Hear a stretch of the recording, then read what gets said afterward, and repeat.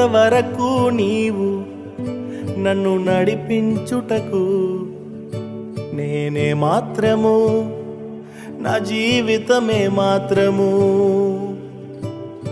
ఇంతవరకు నీవు నన్ను భరించుటకు నేనే మాత్రము, మేము ఏ మాత్రము.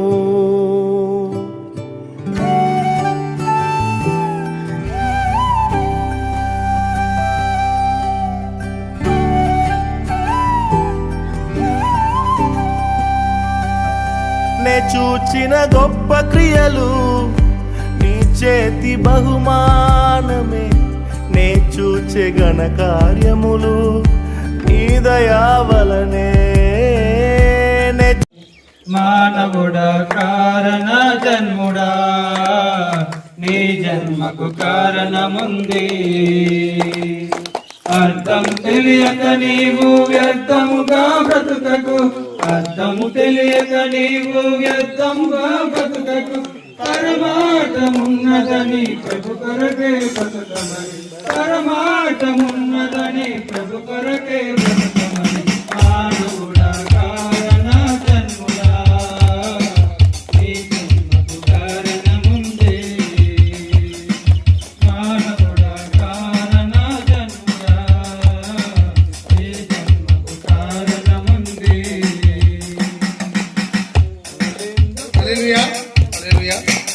అయితే పాట యొక్క వివరణ కోసం మీకు చెప్తున్నానమ్మా. అందరికీ తెలుగొచ్చు కదా. మానవుడా కారణ జన్ముడా, నీ జన్మకు కారణం ఉంది. తండ్రి అయిన దేవుడు మనతో చెప్తున్నాడు, మన ప్రతి ఒక్క జన్మకి కారణం ఉందంట. అర్థం తెలియక మనం వ్యర్థముగా బ్రతుకుతున్నాం. అర్థమైందండి? అంటే దేవుడు మనకి జీవితాన్ని ఎందుకు ఇచ్చాడో తెలియక వ్యర్థంగా బ్రతుకుతున్నాం. వ్యర్థం అంటే మీ దృష్టిలో ఏంటి ఒకసారి నాకు ఎవరైనా చెప్పగలరా? వ్యర్థం అంటే ఇప్పుడు మీ ఇంట్లోని అయితే మీ ఇంట్లోని మీ భర్త ఉంటారు, లేకపోతే మీ తల్లిదండ్రులు ఉంటారు. అలాగే నాన్న గాని మీ ఇంట్లో భర్త గాని ఎవరైనా తాగేసి వచ్చినప్పుడు మీకు బాధ అనిపిస్తుందా? బాగా అనిపిస్తుందా? అది అంటే అర్థం తెలియక వ్యర్థంగా మనం బ్రతుకుతున్నాం అనమాట. దేవుడు ఈ జన్మను దేనికి ఇచ్చాడో మీకు ఒక్కొక్క పదాన్ని వివరిస్తాడు. ఆ వివరణ మీరు జాగ్రత్తగా వినండి. ఆ దేవుడు మీకు గ్రహించే హృదయాలు దయచేస్తాడు. ఆమేన్. పువ్వులెందుకు, కాయలెందుకు, ఋతువులెందుకు, కాలాలెందుకు. పువ్వులెందుకు, కాయలెందుకు, ఋతువులెందుకు, కాలాలెందుకు. ఉన్నవన్నీ నీ కోసమేనని, నీవు దేవుని కోసమేనని. ఉన్నవన్నీ నీ కోసమేనని, నీవు దేవుని కోసమేనని. గమనించి తెలుసుకో, గ్రహించి మసులుకో. గమనించి తెలుసుకో, గ్రహించి మసులుకో. నీ జన్మకు కారణముంది, నీ జన్మకు కారణముంది. హల్లెలూయా. ఇక్కడ వివరణ ఏంటంటే పువ్వులెందుకు, కాయలెందుకు, ఋతువులెందుకు, ఇవన్నీ దేనికండి?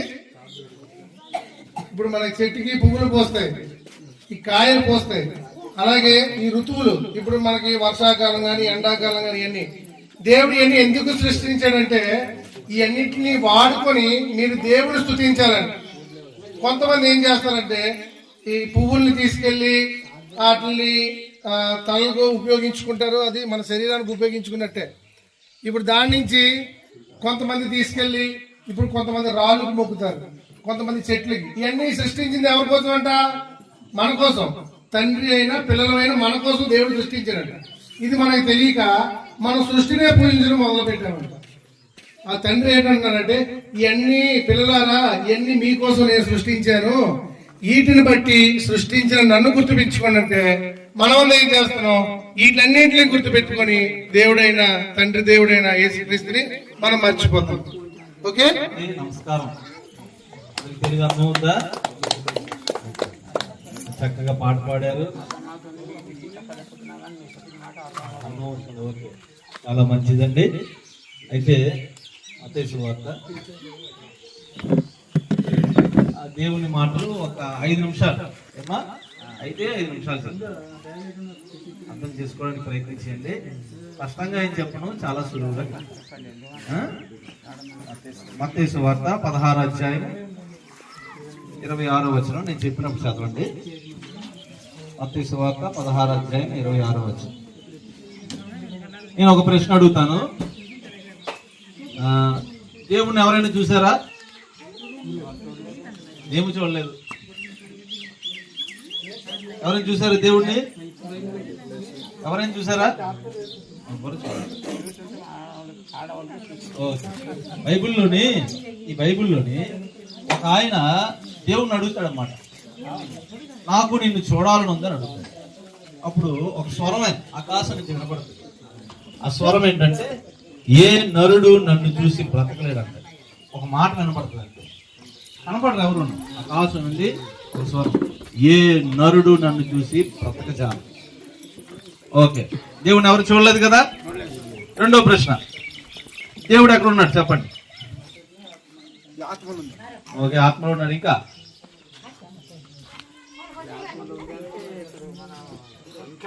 ఎక్కడున్నాడు?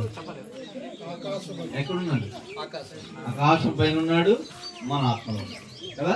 మన ఆత్మలోనే చిన్న ఆత్మలు పెట్టాడు ఆయన. అలాగే ఆయన ఎక్కడున్నాడు? తక్కువ మనం ఎవరైనా అడిగితే ఏం చెప్తాం? దేవుడు ఎక్కడున్నాడు అంటే ఆకాశం. అంటే చూడండి, దేవుడిని చూడలేదు. దేవుడు ఎక్కడున్నాడు? ఆకాశంలో ఉన్న దేవుడు ఈ భూమి మీద మనకు అన్ని ఇస్తున్నాడు కదా. అన్ని ఇస్తున్నాడు. వీళ్ళు ఎవరు ఇచ్చారు? దేవుడే. ఈ శరీరం ఎవరు ఇచ్చారు? అన్ని దేవుడే. అన్ని ఎవరి వల్ల వచ్చాయి?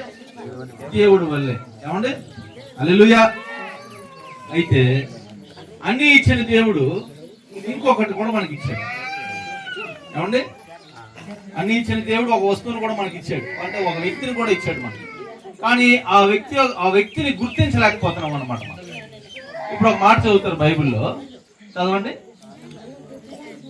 ఒక మనుష్యుడు లోకమంతయు సంపాదించుకొని తన ప్రాణమును పోగొట్టుకుంటే అతనికి ఏమి ప్రయోజనము? ఓకే, ఒక మనుష్యుడు అన్నాడు. ఇక్కడ ఎంతమంది మనుషులు ఉన్నారు? చేతులు ఎత్తండి. అందరూ మనుషులే. మేము మనుషులే ఓకే కదా. మళ్ళీ చదవండి. ఒక మనుష్యుడు లోకమంతయు సంపాదించుకొని. ఆగండి. అంటే మనిషి ఎప్పుడు కూడా సంపాదించడానికి ప్రయత్నం చేస్తాడు కదా. ఇప్పుడు ఏం చేస్తాడు? సంపాదించడానికే. ఉదయం నుంచి రాత్రి పడుకునేంత వరకు మనిషి ఏం చేస్తుంటాడు? సంపాదిస్తూనే ఉంటాడు. పొలంలోకి ఎందుకు వెళ్తాడు? సంపాదించాడు. ఇప్పుడు వైజాగ్ పని మీద వెళ్ళాడు అనుకోండి, వైజాగ్ లో ఏం చేస్తాడు? సంపాదిస్తాడు కదా. అక్కడ కూడా ఎక్కడికి వెళ్ళినా సరే ఏదో ఒకటి సంపాదించడానికే. ఇప్పుడు ఆటో ఉంది, ఆటో ఆయన ఎందుకు తోలుతాడు? ఏది సంపాదించడానికి? డబ్బులు కదా. ఇప్పుడు ఫేరన్ వాళ్ళు కొనుక్కుంటారు 10 రూపాయలు. అంతకుముందు ఏం చేస్తారు అంటే ఏం సంపాదించడానికి?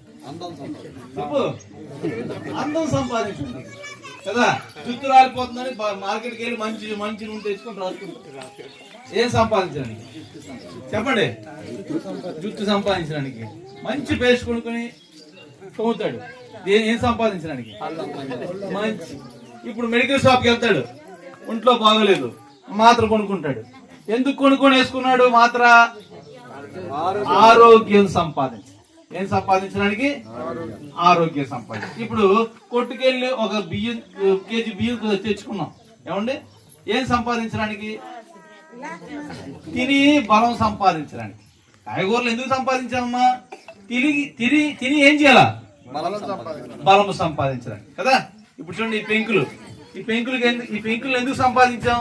ఇల్లు కట్టుకోవడం. అంటే ఎందుకు సంపాదించామంటే చలికి, ఎండకి, వర్షాలకి ఇవి మనల్ని ఏం చేస్తాయి? కాపాడుతాయి. కాబట్టి దీన్ని ఏం చేసాం అంటే ఒక ఇల్లు ఎందుకు సంపాదించామంటే అందులో ఏమవడానికి? ఉండడానికి కదా. ఇప్పుడు పిల్లలు స్కూల్కి ఎందుకు పంపిస్తాం? ఏం సంపాదించడానికి? చదువు సంపాదించడానికి, 1వ తరగతి సర్టిఫికెట్ సంపాదించడానికి, 5వ తరగతి సర్టిఫికెట్ సంపాదించడానికి, 10వ తరగతి సర్టిఫికెట్. అదో బాబు బ్యాగ్ వేసుకుని వచ్చాడు. నాన్న ఎక్కడికి వెళ్ళావు? స్కూల్కి వెళ్ళాడు. స్కూల్కి ఎందుకు వెళ్ళాడు? ఈరోజు ఏం సంపాదించావు? ఈరోజు ఏదైతే చదువు చెప్పారా స్కూల్లో? ఈరోజు చెప్పలేదా? ఈ మధ్య క్లాస్ చెప్పారు సార్, వారం రోజులు చెప్పారు. ఈ రోజు సర్టిఫికేట్ ఇచ్చారు. ఈరోజు సర్టిఫికేట్ ఇచ్చారా? Very good. చెప్పలు కొట్టండి. సర్టిఫికేట్ ఎన్ని రోజులు పట్టింది సంపాదించడానికి? సంవత్సరం పట్టిందా? అంటే సంవత్సరం పాటు ఏం సంపాదించడానికి వెళ్ళాడు? అంటే చూడండి, ఒక రోజు ఉదయం మొదలైనప్పటి నుంచి రాత్రి పడుకునేంత వరకు, మనిషి పుట్టినప్పటి నుంచి చనిపోయేంత వరకు సంపాదించడానికే. ఇప్పుడు కొత్తగా పెళ్లి అవుతుంది. ఆ పెళ్ళైన జంట ఏం సంపాదించాలనుకుంటారు? పిల్లలు, సంతానం సంపాదించాలి. ఆ సంతానం కూడా మాటిగా ఆడపిల్లలు పుడితే అవ్వదు. మళ్ళీ ఎవరు పుట్టారు? మళ్ళా మగ పిల్లలు పుట్టారు. అంటే తర్వాత ఆ పిల్లలు మళ్ళా స్కూల్ సంపాదించారు. ఆ పుట్టినరోజు వచ్చినప్పుడు బట్టలు సంపాదించారు. అంతే. పండుగ వచ్చినప్పుడు బిర్యానీ సంపాదించాలి. ఇంకా అలాగే ఏంటి, అలాగే జీవితం అంతా దేంట్లో అయిపోతుంది? సంపాదించడం. అందుకే ఇప్పుడు మాట చెప్తాను చూడండి, మళ్ళా చదవం. ఒక మనుష్యుడు లోకమంతయు సంపాదించుకొని. ఆగండి. అంటే మనం రోజు సంపాదిస్తున్నాం కదా, రోజు మనం ఏం చేస్తున్నాం అంటే సంపాదిస్తున్నాము. అయితే ఇక్కడ ఏం చెప్తున్నారంటే దేవుడు, నువ్వు లోకంలో ఏది సంపాదించినా సరే ఆ సంపాదించింది ఏది కూడా నీ ఆత్మను కాపాడలేదు. చూడు, నువ్వు ఇల్లు సంపాదించావు, ఇల్లు ఆత్మను కాపాడుతుందా శరీరాన్ని కాపాడుతుందా? శరీరాన్ని. ఆత్మను మరి ఏది కాపాడుతుంది? అందుకే దేవుడు ఒకటి ఇచ్చాడు అన్నమాట, మీ ఆత్మను కూడా కాపాడుకోండిరా బాబు అని ఒకటి ఇచ్చాడు దేవుడు. ఆ వార్త చెప్పడానికి వచ్చాను. అంటే ఇంతకాలం ఈ భూమి మీద ఇన్ని సంపాదించాం కదా, అవన్నీ ఎవరిచ్చినవి? దేవుడు ఇచ్చిందే సంపాదించాం. ఆ సంపాదించినవన్నీ శరీరాన్ని కాపాడుతాయి కానీ ఆత్మని కాపాడలేవని దేవుడు అంటున్నాడు. అందుకే దేవుడు ఆకాశంలో ఉన్న దేవుడు, చూడండి, దేవుడు అని అన్నగా ఏ పేరు చెప్పలేదు. ఆకాశంలో ఉన్న దేవుడు ఈ భూమి మీద మనుషులకు ఒకటి ఇచ్చాడు. దాన్ని తీసుకుంటే మీ ఆత్మను మీరు కాపాడుకోవచ్చు అన్నాడు. చెప్పాలొద్దా? చెప్పాలా? ఓకే. ఇంతకీ ఆత్మను ఏది నాశనం చేస్తుంది? అందరము శరీరాలం కాదు, ఆత్మను. మనం ఈ శరీరంలో ఉన్నాం అంతే. ఏదో ఒక రోజు ఈ శరీరాన్ని మనం వదిలేమవుతాం. మరి మనం తీసుకెళ్లే శక్తి ఉందా? ఎప్పటికైనా ఈ శరీరం ఈ భూమిలో ఏమవుతుంది? ఎందుకంటే ఈ శరీరము భూమికి చెందింది. నువ్వు పైనున్నోడివి, నువ్వు ఈ భూమికి చెందినోడివి. కానీ ఇక్కడికి వచ్చి ఈ శరీరంతో ఏం చేస్తాం? పాపం. ఇప్పుడు మన నాన్న దగ్గరికి మనల్ని వెళ్ళనివ్వకుండా చేసేది ఎవరు చేసిన పాపం?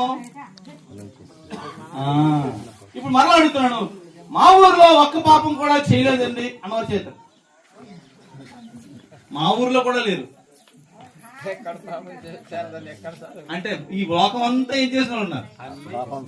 అందుకే దేవుడు ఉచితంగానే ఫ్రీగా, ఇదిగో ఫ్రీగా నేను మీకు ఒకటి ఇస్తున్నాను, అది కనుక మీరు తీసుకుంటే మీ పాపం మిమ్మల్ని ఏమీ చేయకుండా మీకు పాపం నుండి విడుదల వస్తుంది. దేని నుండి విడుదల?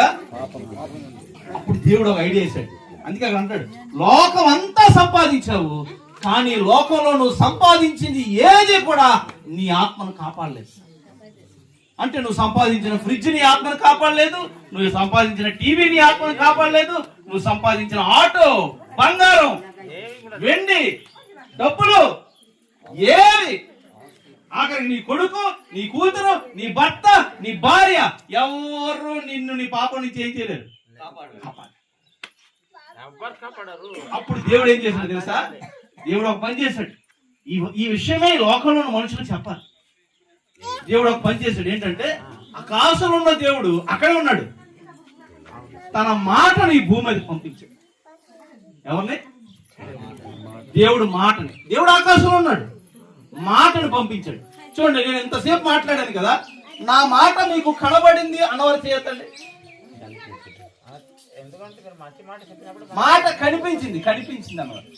నేను కనబడతాను, కానీ మాట ఏమవుతుంది? మీ మాటను మీరు ఎప్పుడైనా చూసారా? మాట ఎప్పుడు కనబడదు. మాట ఎప్పుడు ఏమవుద్ది? దేవుడు మాట ఆకాశం నుంచి వచ్చి చూడండి, దేవుడు మాట ఆకాశం నుంచి వచ్చి ఒక స్త్రీ కడుపులోకి దూరింది అనమాట. దూరగానే ఆ మాట అక్కడ మనిషిగా మారింది. ఎవరి మాట? దేవుడి మాట. మనిషిగా మారి ఆ మాట ఈ భూమి మీద పుట్టింది. పుట్టగానే ఆ మాటకు ఒక పేరు పెట్టారు. ఆ మాట పేరు, అసలు ఆ మాటకి పేరే మాట అంతే, కానీ మనుషులు ఒక పేరు పెట్టారు. ఆ పేరేంటో తెలుసా? యేసుక్రీస్తు. ఏం పేరు? దేవుడు అక్కడ ఉన్నాడు. దేవుడు మాట వచ్చింది భూమి మీద. ఆ మాట మనిషిగా మారింది. ఎందుకు మారిందంటే ఈ మనుషులందరూ పాపం చేసి దేవుడి దగ్గరికి వెళ్ళలేకపోతున్నారు. అందుకు ఈ మనుషులందరి పాపాలు తన మీద వేసుకోవడానికి వచ్చింది. తన మీద వేసుకొని సిలువలో మరణించింది. యేసుప్రభు సిలువలో ఎలా మరణించాడో తెలుసు కదా? 2 చేతులకు మేకులు, 2 కాళ్ళకి మేకులు, తల మీద ముళ్ళు. ఎందుకు 2 చేతులకు మేకులు చేస్తాం? పాపం దేంతో చేస్తాం? పాపం చేయడానికి ఎలాగెళ్తాం? మైండ్ షాప్కి ఎలాగెళ్తాం? అక్కడికి వెళ్ళి మందు బాటలు ఎలాగెత్తావు? బూతు మాటలు ఎలా తిడతావు? చెడు దేంతో ఆలోచిస్తావు? అందుకే తన తలకు ముళ్ళు పెట్టింది. అంటే మనుషులందరి పాపాలు దేవుడు మాట భూమి మీదకి వచ్చి తన మీద వేసుకొని మరణించింది. అయ్యా తండ్రి, ఈ మనుషులు ఏం చేయొద్దు, ఈ మనుషులందరి పాపాలు నా మీద వేసుకుంటానని చెప్పండి. మన ఆత్మ నాశనం చేసే శక్తి దేనికుంది?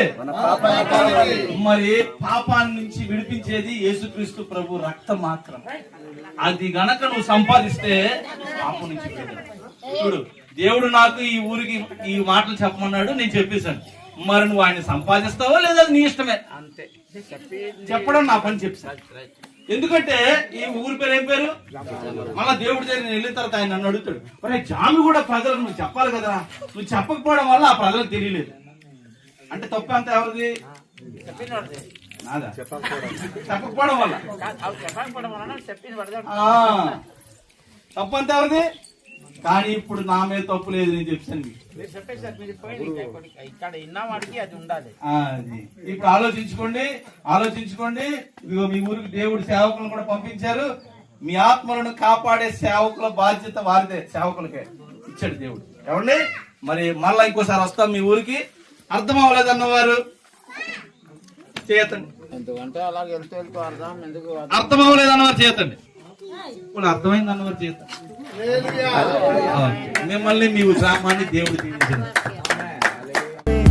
నే చూచే ఘన కార్యములు నీ దయా వలనే, నే చూచిన గొప్ప క్రియలు నీ చేతి బహుమా